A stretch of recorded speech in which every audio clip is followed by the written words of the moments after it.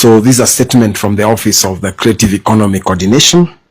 We've taken note of recent calls urging Kenyans to boycott musicians or walk out on them based on their personal or political positions.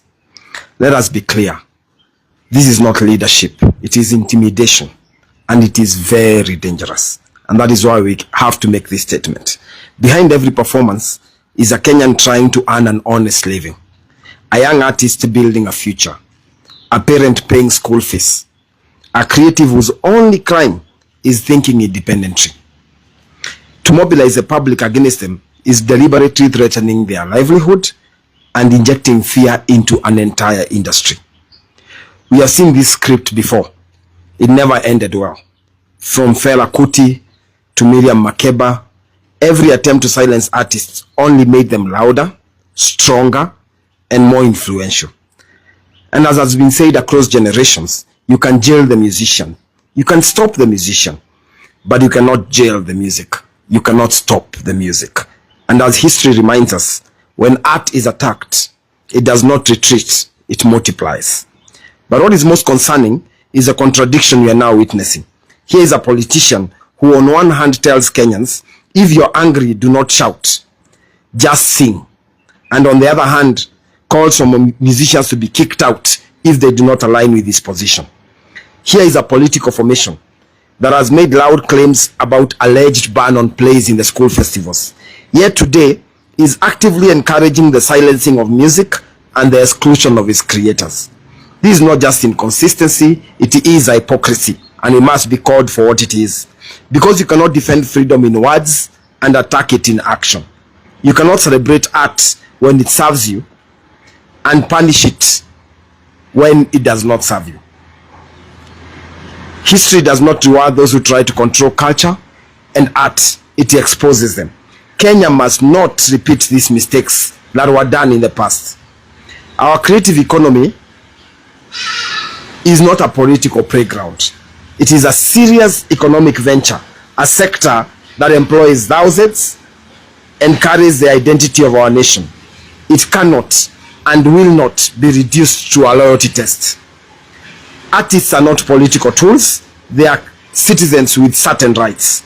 We reject any attempt to weaponize audiences against performers. We reject the idea that access to work should depend on political alignment, and we reject the normalization of fear in a sector that thrives on freedom. Let it be said plainly, a nation that silences its artists begins to silence itself. And when leaders fear songs, it is not the artists who get weak. We call on leaders to exercise responsibility and restraint. Influence should unite, not punish. We call on Kenyans to reject division disguised as royalty. And we stand firm with the musicians, not selectively, not conditionally, fully. Because when you target artists, you do not weaken them, you weaken the nation. Let me just add, before I let you ask a few questions.